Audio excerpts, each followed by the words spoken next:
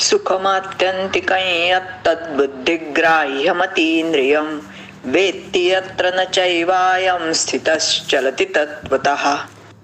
प्रत्येक मनुष्य आयुष्यामध्ये काही गोष्टी करतो किंवा करत नाही, कारण त्याला सुख मिळवायचं असतं. काही लोक लग्न करतात की त्यामुळे सुख मिळेल, आणि काही लोक तसेच राहतात की मी सडाफटिंगच आनंदी राहीन. म्हणजे प्रवृत्ती आणि निवृत्ती दोन्ही गोष्टी फक्त सुखाच्या प्राप्तीसाठीच आपण करत असतो. यत्र म्हणजे ज्या स्थानावर, वस्तूवर, कालात योग सेवया निरुद्धम चित्तम उपरमते, म्हणजे आपले जे चित्त आहे ते योगाभ्यासाने नियंत्रित होऊन उपरमते म्हणजे लीन होऊन जातं. तर असं स्थान कोणतं?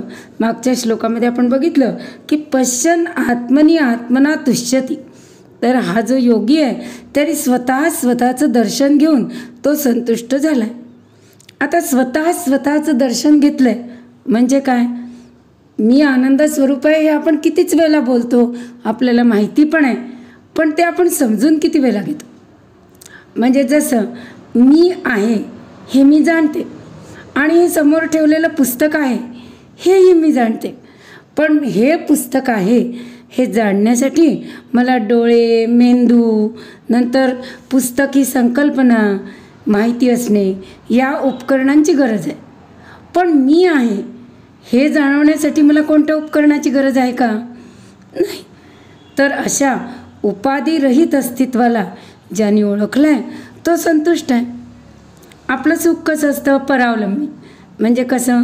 पतीवर अवलंबून आहे, मुलावर आहे, धनांवर आहे, मानसन्मानावर आहे, प्रतिष्ठेवर आहे, पदवीवर आहे, ज्या कोणत्या गोष्टीवर अवलंबून आहे ते सगळं परावलंबी दुःख आहे. अगदी गुरुवर आहे, शिष्यावर आहे, तेही परावलंबी सुख आहे. आणि परावलंबी सुख म्हणजे दुःख.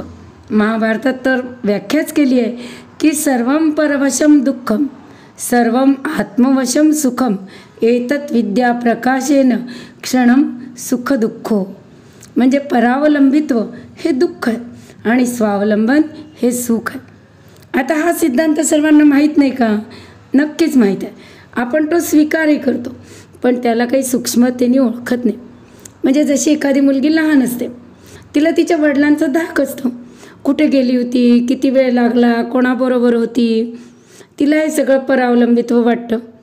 मग यातून सुटायसाठी ती कदाचित लग्न करते. काही फरक पडत नाही, परावलंबनाची व्यक्ती बदलते. वडिलांचं काम आता नवरोबा करायला लागतो. मग हळूहळू जसं जसं वय होतं तसं तसं मुलं बाळं प्रश्न विचारायला लागतात. आई तू कुठे गेली होती, इतका वेळ कसा लागला, अशीच का तशीच का? आणि मग स्त्रीचं जीवन असंच असतं असं म्हणून आपण दुःख करत राहतो. आता प्रश्न असा आहे की आपण ही पराधीनता कोणामुळे आपल्यामध्ये आलेली आहे? आपण वस्तू व्यक्तीने तेवढे पराधीन नसतोच जितके स्वतःच्या मनामुळे असतो. आपलं मन आपल्याला नाचवत असतं, पण आपल्या मनामुळे आपण पराधीन आहे हे आपल्याला कधी जाणवतच नाही. जसं गुटखा खाणारे लोक असतात, त्यांना कधी कळतच नाही की आपण या गुटख्याचे गुलाम होत जातो आहे. तर ज्याने आपल्या चित्तावर नियंत्रण मिळवलं आहे, चित्ताचं चैतन्यीकरण केलेलं आहे, त्यालाच स्वातंत्र्याची अनुभूती करता येईल. स्वातंत्र्य मिळालं की त्यालाच आनंद किंवा सुख असं म्हणता येईल. म्हणूनच या श्लोकात सांगितलं आहे की योग्याला काय मिळतं? तर सुखम आत्यंतिकम, म्हणजे सुखाची अगदी पराकाष्ठा आहे. आणि ते सुख कसं आहे? बुद्धिग्राह्य, अतींद्रिय, म्हणजे इंद्रियांद्वारे मिळणारं सुख नाही आहे. भगवद्गीतेतच 8व्या अध्यायात 3 सुख भगवंतांनी आपल्याला सांगितली, आणि ती 3 गुणांवर अवलंबून असल्यामुळे त्यांना गौण सुख असं म्हटलेलं आहे. गुणांसोबत असलेली ती गौण.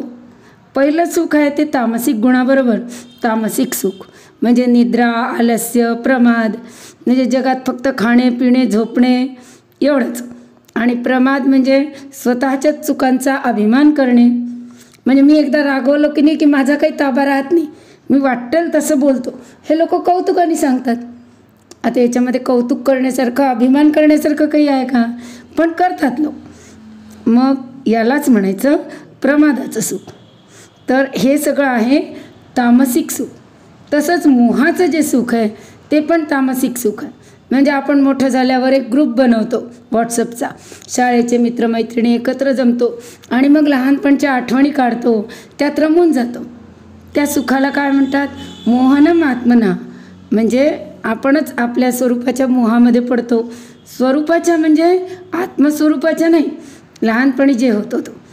म्हणजे जो अग्रे अनुबंधे, म्हणजे ज्याची सुरुवात आणि शेवट मोहामध्ये असते, ते सगळं आलं तामसिक सुख. निद्रा, आलस्य, आपल्याला छान वाटतं. पंचदशिकार त्याला वासनानंद असं म्हणतात. कारण सुषुप्तीमध्ये स्वरूपात लीन झाल्यामुळे आपल्याला आनंद मिळालेला असतो आणि त्याची खुमारी अजूनही चढलेली असते. पण मोहामुळे आपल्याला वाटतं की निद्रेमुळे आपल्याला हे सुख मिळालं, पण स्वरूपाच्या तादात्म्यामुळे हे मिळालं हे आपल्याला कधी कळतच नाही आणि म्हणून आळस करणं आपल्याला आवडायला लागतं. दुसरं सुख असतं ते राजस सुख, जे विषय आणि इंद्रिय एकत्र आले की त्यांच्या सहयोगामुळे तयार होतं. म्हणजे जसं गरम गरम भजी आहेत, पाऊस पडतोय, गादीवर पोहुडलोय, वा वा काय सुख.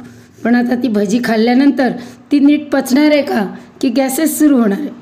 म्हणजे परिणामी विष समान आहे. इंद्रियांच्या सगळ्या भोगांची हीच परिणती असते. नचिकेत तर कठोपनिषदात म्हणतात की सर्वेंद्रियाणाम जरयंती तेजा. जितके भोग भोगले तितकं इंद्रियांचं तेज नष्ट झालं. म्हणजे ज्यांना कधीतरीच मिठाई मिळते त्यांना खाताना केवढा आनंद होतो त्याची कल्पनाही आपल्याला करता येणार नाही. ज्यांच्या घरी 24 तास चारी बाजूनी मिठाई आहे, मग ते नखरे करतात की ही मिठाई नको, ती मिठाई नको. म्हणजे इंद्रियांचा भोग करण्याचा जो तेज आहे, ते भोग करण्याचा ते नष्ट होऊन गेलेलं आहे.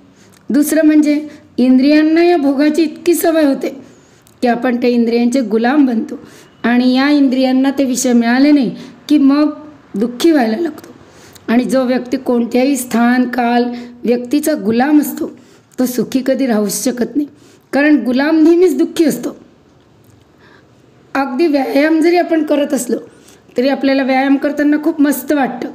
रोज आपण बघतो की आपल्या कशा मसल बनतात आहे, आपलं कसं शरीर छान सौष्ठव वाढतं आहे आणि मग रोज केल्याशिवाय काही चैन पडत नाही. मग एखाद दिवशी जरी आपल्याकडून व्यायाम झाला नाही तर आपल्याला दिवसभर चुटपुट लागते. आमच्या ओळखीचे एक रामायणाचे वक्ते होते, ते व्यासपीठ म्हणजे व्यासांनी सर्व पुराणं ज्या जागेवर बसून सांगितली म्हणून वक्त्याच्या सांगण्याच्या जागेला नेहमी व्यासपीठ असं म्हणतात.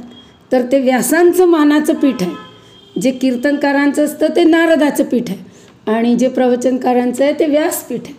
तर ते व्यासांच्या आदरामुळे आपण आंघोळ केल्याशिवाय रामायण सांगायचं नाही असा त्यांचा नियम होता.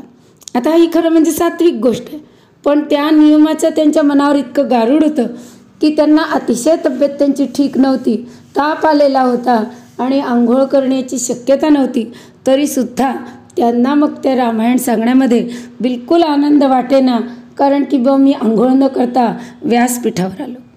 म्हणजे अगदी सात्विक गोष्टींमुळे सुद्धा अभ्यासामुळे अभ्यासात खंड पडला की दुःख होतं. म्हणजे सात्विक गोष्टींमुळे सुद्धा आपण गुलाम बनत असतो आणि त्याला म्हणतात सात्विक सुख. आता गुणांवर जे अवलंबून नाही, बुद्धिग्राह्य असं आहे, ते सुख कोणतं आहे? तर काही लोक म्हणतात की मेडिटेशन करा, मनामध्ये विचार येतील, पण आपण त्याच्यापासून वेगळे आहोत. आपण वेगळे आहोत हे समजून घेणे, मग विचार निर्माण करणारं मन, त्याला प्रकाशक जीव, त्याच्या अधिष्ठान चैतन्य स्वरूप, सगळ्याची स्पष्टता जर नसेल, साधना करणार कशी? जग काय आहे, त्याचं अधिष्ठान काय आहे, जीव काय आहे, त्याचं अधिष्ठान कोणतं, ईश्वर म्हणजे कोण, त्याचं अधिष्ठान काय, आणि या तिघांचंही अधिष्ठान जी एकच चैतन्य शक्ती आहे ते माझं स्वरूप आहे, हे ज्ञान जोपर्यंत मिळत नाही तोपर्यंत सुखाची प्राप्ती नाही. कारण सुख ज्ञानाशिवाय नाहीच. कारण मी सुखी आहे याचंसुद्धा ज्ञान, जाणीव असावी लागते. म्हणजे जसं एखाद्याला लॉटरी लागली पण त्याला ती माहितीच नाही, तर त्याला सुख मिळणार कसं? म्हणजे सुखाशी आपल्याला ज्ञान जोडत असतं आणि हा अनुभव आपला नेहमीचाच आहे. म्हणून सुखाचं तात्पर्य, स्वातंत्र्य आणि परावलंबित्वाचा अभाव हे आपल्याला कळलं. आपल्याला असं वाटतं की जगावर, वस्तूवर, सुखासाठी आपण अवलंबून आहे. पण ही केवळ आपली कल्पना आहे. कारण जागृत अवस्थेतल्या वस्तू, व्यक्ती, घटना आपण जेव्हा झोपतो तेव्हा नाहीशा होतात, किंवा स्वप्नामध्ये दिसणाऱ्या गोष्टी आपण उठल्यानंतर नाहीशा होतात. सुषुप्ती अवस्थेचा आनंदही ती अवस्था गेल्यावर जातो. पण तरीसुद्धा आपण या गोष्टी सगळ्या प्रकाशित करणारे आहोत आणि या कशानेही आपण प्रभावित होत नाही. हे व्यक्ती म्हणजे हे ज्याला जाणवलं आहे, समजलं आहे नुसतं नाही म्हटलं, जाणवलं आहे, तो त्या आनंद स्वरूपाला ओळखतो. तो तत्वतः न चलती. अयम पुरुषा म्हणजे जो अशी व्यक्ती आहे त्याला कधी दुःख होऊच शकत नाही. तो तत्वापासून कधी विचलित होतच नाही. म्हणजे जसं आपल्याला समजा पोहता येतं, पोहणं आपण एकदा शिकलो, अमुक एका स्विमिंग क्लबमध्ये शिकलो, पण याचा अर्थ असा होतो का की आपल्याला फक्त त्या टँकमध्ये पोहता येईल? आता एकदा पोहण्याची कला आपल्या अंगात आली की आपण जगाच्या पाठीवर कुठल्याही पाण्यात जाऊन पोहायला लागलो तरी आणि वयाच्या कोणत्याही टप्प्यावर असलो तरी आपल्याला ते पोहता येतं. म्हणजे ज्याला तत्वतः आपलं स्वतःचं स्वरूप कळलेलं आहे तो कधी दुःखी होऊच शकत नाही. त्याला प्रत्येकच ठिकाणी सुखी होताच येतं. कारण वस्तू, विषय, काल याच्यापासून आपल्याला जेव्हा आनंद मिळतो तेव्हा आपण एक सूक्ष्मतेने बघायला पाहिजे की भोग्य वस्तू आणि भोगता याच्यामध्ये फरक असतो. म्हणजे रसगुल्ला खाण्यात जर आनंद असेल तर रसगुल्ला हा भोग्य वस्तू आणि खाणारी मी हा भोगता. पण जोपर्यंत रसगुल्ला समोर ठेवला आहे आणि मी त्याच्याकडे बघते तोपर्यंत सुखाची प्राप्ती नाही. ज्या क्षणी तो रसगुल्ला मी माझ्या जिभेवर ठेवीन आणि खाईन तेव्हा आनंदाची प्राप्ती होते. म्हणजे भोग्य वस्तू भोगत्याच्या मध्ये विलीन व्हायला लागली की आनंदाची प्राप्ती होत असते. आणि आता हा जो योगी आहे त्यांनी व्यक्ती जाणलेला आहे की मी म्हणजे आत्मस्वरूप आहे, मी आनंद स्वरूप आहे. तर मग जो आनंद स्वरूप आहे हे आपण ओळखतोय. म्हणजे भोग्य वस्तू आणि भोगता दोन्ही एकच आहे हे ज्याला कळलेलं आहे तिथे आनंद वेगळा निर्माण करण्याची गरजच राहत नाही आणि तो स्वतः कायमस्वरूपी आनंदाचा स्रोत असतो. आणि म्हणून आपण असं म्हणू शकतो की सुख म्हणजे नक्की काय असतं, तर सुख म्हणजे स्वस्वरूपाला ओळखणे, बाकीच्या वस्तूंवर आपले असलेलं परावलंबित्व टाळणे आणि ते प्राप्त करण्यासाठी आपल्याला आपलं आत्मस्वरूप ओळखायला पाहिजे. हे पुण्य केलं की हे सुख आपल्याला घरबसल्या नक्की मिळेल. धन्यवाद.